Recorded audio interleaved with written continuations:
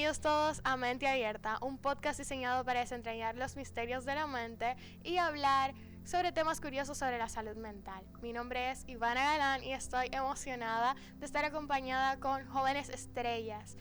El día de hoy me encuentro con Crismaily Rodríguez, una estudiante de la UNFU, y nuestra psicóloga estrella del día de hoy y psicoterapeuta Valeria Rassi. Antes de empezar, me gustaría que por favor me hablaran un poquito más de ustedes. Así mismo como mencionaste, yo soy Crismaily Rodríguez, soy estudiante de la UNFU, también soy parte del equipo de la Fundación Cuidando de Ti y por supuesto soy súper agradecida de estar aquí con todos ustedes el día de hoy. Bueno, muchísimas gracias, yo también me siento muy contenta de estar aquí. Como me presentaste, yo creo que lo resumiste súper bien, pero bueno, igual para agregar un poquito más, yo soy psicóloga, estoy en el ámbito clínico, me especialicé en psicoterapia. Mi primer trabajo fue con los niños, entonces pues allí realicé un máster en psicología infantil y juvenil y después evolucioné para trabajar también desde otros espacios dentro de la terapia, que es la arte terapia y la danza terapia, donde también me especialicé. Así que estamos aquí para hablar de la ansiedad. Claro, a mí me encantan todas sus especialidades y en Backstage, aparte de hablar sobre los másters que tiene y demás, estábamos hablando sobre el tema de la ansiedad. Creo que es un tema que estamos muy acostumbrados a escuchar desde lejos, pero yo personalmente es como un concepto que, identifico, pero no lo sé tratar como desde cero, como que nunca me senté a googlearlo y decir, ¿qué es la ansiedad?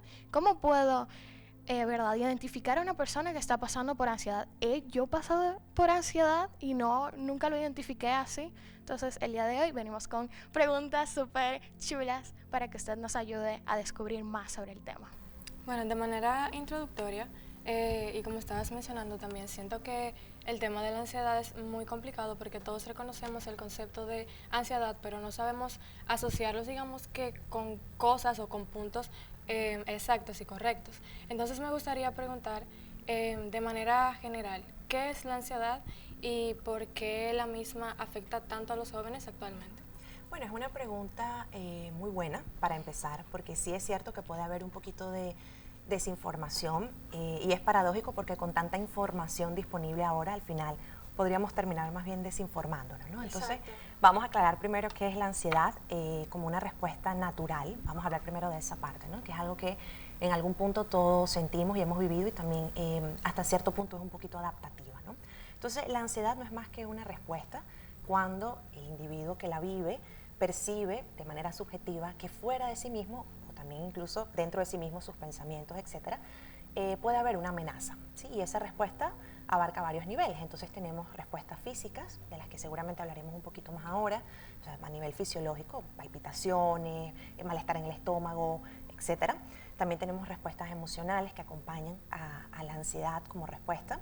También tenemos respuestas comportamentales, es decir, qué hacemos después de allí, y cognitivas que abarcan la parte del pensamiento. Entonces, cuando hablamos de padecer ansiedad, aquí es donde entra como el matiz, porque al final todas las personas experimentamos ansiedad en cierto nivel y es necesario, de hecho, que lo hagamos porque también nos permite responder a esas amenazas, y lo pongo entre comillas porque al final es también una percepción subjetiva de quien lo vive y es allí donde entra el trabajo terapéutico, pero también el no aceptar que todos hemos vivido ansiedad es también lo que complica muchas veces poder transitarla, porque digamos que estamos en esta fase de control, ¿sí? De yo siento ansiedad, me la tengo que quitar ya como de lugar, y eso lo que hace es aumentar la ansiedad. Claro, así es. Sí, es exacto. Entonces, para responder también la parte de los jóvenes, Crismaily allí, yo digo que a nivel general todas las personas hemos atravesado ansiedad. O sea, hay poblaciones que pueden tener ciertas características y, por supuesto, ciertas demandas. Entonces eso puede aumentar. Aparte de la propia historia de vida, o sea, no es lo mismo ustedes que yo, ¿sí? O las personas que están aquí con nosotros que nos acompañan. O sea, todos tenemos una historia de vida, todos hemos aprendido a afrontar ciertas situaciones de una manera, y eso también pueden ser detonantes que no necesariamente son iguales para todos.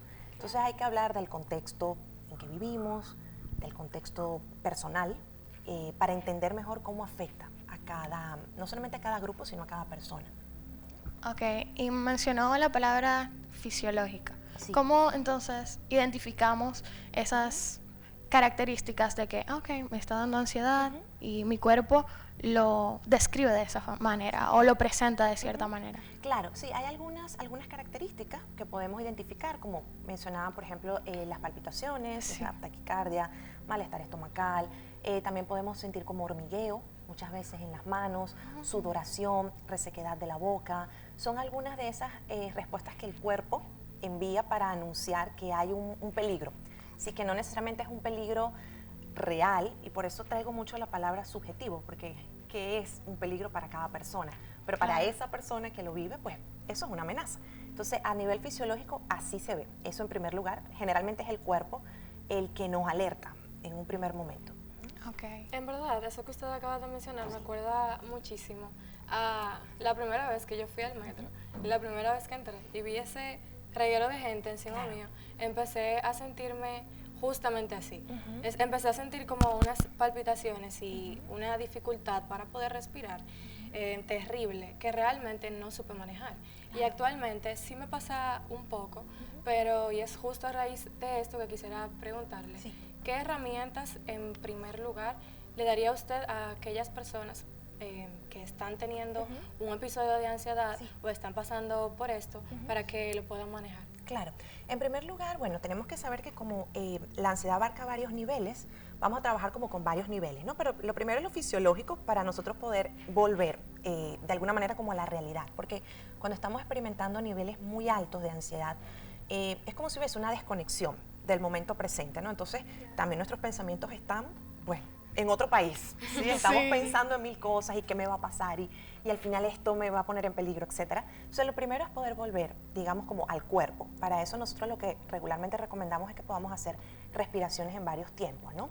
Entonces, respiramos, mantenemos la respiración por 5 segundos, algunos especialistas recomiendan un poquito más, y volvemos a soltar. Sí, eso es importante porque hay como una doble vía, o sea, la respiración es como una unión entre lo que está afuera y lo que está dentro. O sea, yo estoy tomando aire de fuera, pero eso está oxigenándome también por dentro y me devuelve al momento presente. Entonces allí ya yo puedo hacer frente a las otras cosas. Pero algo que hay que saber es que nosotros no siempre vamos a afrontar la ansiedad con esta idea que tenemos de me va a pasar y yo voy a solucionar esto en el momento. Claro. ¿Por qué? Porque la emoción nos aborda y no hay acceso a la razón. Entonces, algo que se ve como una copa de agua, yo lo puedo estar viendo como algo que me va a cortar las manos y entonces eso va a ser, ¿y cómo yo manejo eso si primero no trabajo con toda la parte emocional? Por eso se recomienda mucho hacer esto también fuera del momento, ¿sí? Practicar también respiraciones fuera del momento, de modo que tú empieces a adquirir ciertas herramientas, pero sabiendo que esas respuestas de ansiedad, si son muy seguidas, también guardan una historia personal. Wow. Ok, eso me recuerda, así como le ha pasado a ella, yo no lo había identificado en ese momento como ansiedad, pero yo creo que ambas hemos pasado por eso, por las pruebas nacionales, que en todo el proceso de preparación de las pruebas y demás, al menos yo estudié en un politécnico y el terror a que, puede que no pase las pruebas o qué va a pasar si no la paso, y todo el proceso anterior a tomar las pruebas nacionales era un caos, pero yo en lo personal lo asociaba con estrés. Yo decía de que no, eso es estresada que yo estoy, cuando yo salga de las pruebas todo va a estar bien. Momentos anteriores a la prueba yo siempre sentía hormigueos en las manos, pero yo decía, ok, eso es normal, o sea, yo estoy un poquito asustada, tal vez sea eso. Y bueno, ahora el miércoles tenía un examen de anatomía dental y me sentía igual, tenía esa como presión de que qué pasa si me toca el diente que no me sé o el diente más difícil, y entonces todos esos pensamientos eran como, me sudaban bastante las manos, me dolía bastante la cabeza, yo estaba como en otro mundo, entonces no me podía concentrar en las otras tareas que tenía que hacer, porque esa en particular me abrumaba, porque yo sentía que si me iba mal en ese momento, iba a detonar una serie de consecuencias en el futuro que para mí yo no iba a poder manejar. Y eso era como miedo, tengo miedo de lo que pueda pasar. Entonces, en el episodio anterior del podcast tocamos el estrés y estaban como haciendo una diferencia entre lo que es el estrés y la ansiedad, como que el estrés se afirma en lo que pasa ahora y la ansiedad es más a lo que pasaría en el futuro. Exacto, es así. Entonces, yo quiero saber, en lo emocional, ¿qué pasa cuando sufrimos ansiedad? Y más cuando sufrimos un ataque de ansiedad. Sí, claro. Fíjate, qué bueno que trajiste el tema de la diferencia entre el estrés y la ansiedad, porque se parecen mucho, sobre todo a nivel fisiológico y también, claro, hay pensamientos que se comparten, hay emociones que se comparten, pero sí, en el estrés hay aparentemente un estímulo más visible, ¿sí? Y lo que pasa mucho en el estrés es que lo que está pasando o las demandas del entorno sobrepasan los recursos de la persona. Entonces, claro, hay el estrés porque tengo que adaptarme a esto. Por eso decimos que también muchas de estos estados o respuestas son adaptativos. ¿Sí? El estrés en algún momento pasa. Ahora, ¿qué ocurre con la ansiedad?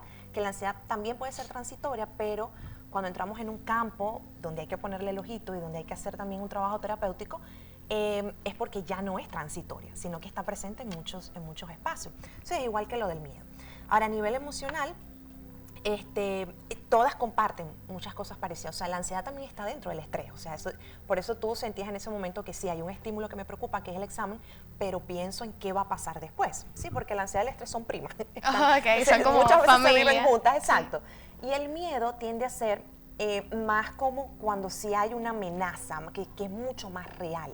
Sí, que quizás está en peligro la vida, eso. ¿Sí? Entonces como que está un poquito más visible y que en realidad hay un riesgo mayor, por decirlo de alguna manera. Hay que hacer una diferencia también importante en lo que decías acerca del ataque de ansiedad. Y es bueno que lo traigas también, Ivana, porque muchas veces el ataque de ansiedad se confunde con ataque de pánico. O sea, ansiedad vivimos todos, ¿sí? Claro. Ahora, que podamos tener mucha ansiedad en un momento en específico y se pueda vivir como un ataque, no es lo mismo que un ataque de pánico. Un ataque de pánico tiende a ser mucho más abrupto, los síntomas físicos también se sienten con mayor intensidad. Y hay como ciertas características que a veces no están tan presentes en un episodio de ansiedad muy fuerte o están en menor medida. Pueden que no estén presentes o en menor medida. Por ejemplo, el sentido de despersonalización. Yo siento que yo no soy, yo me fui, el alma me salió del cuerpo. ¿Sí? Yo siento que me puedo ver, que no soy. Eso es el sentido de despersonalización. El sentido de que me puedo morir. En los ataques de pánico, como la respiración también hay esto, que comentaba también Chris Smiling, de siento que me falta el aire, en un ataque de pánico es mucho más intenso. O sea, siento que en cualquier momento me muero.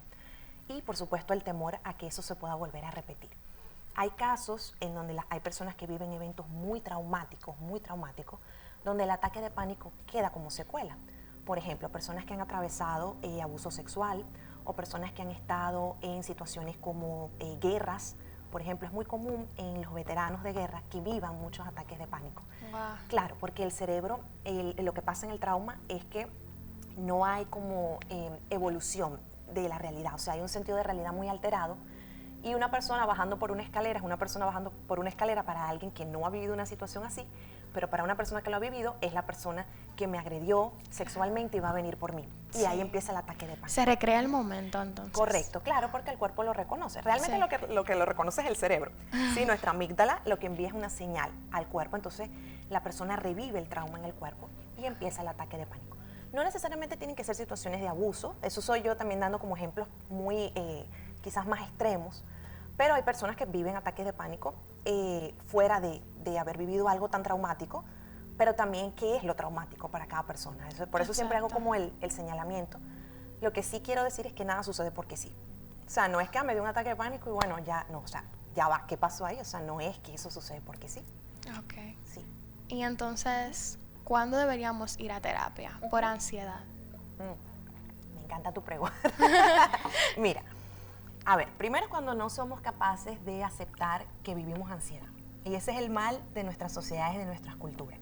Nosotros vivimos en una sociedad y con esto no hablo solamente de nuestro país, o sea, yo hablo de las sociedades en general. Vivimos en sociedades del bienestar absoluto. Todo el mundo tiene que ser feliz. Sí. Aquí no hay permiso para sentir ansiedad, eso es malo, eso sí. Hay que medicarlo siempre. No siempre la ansiedad tiene que ser medicada.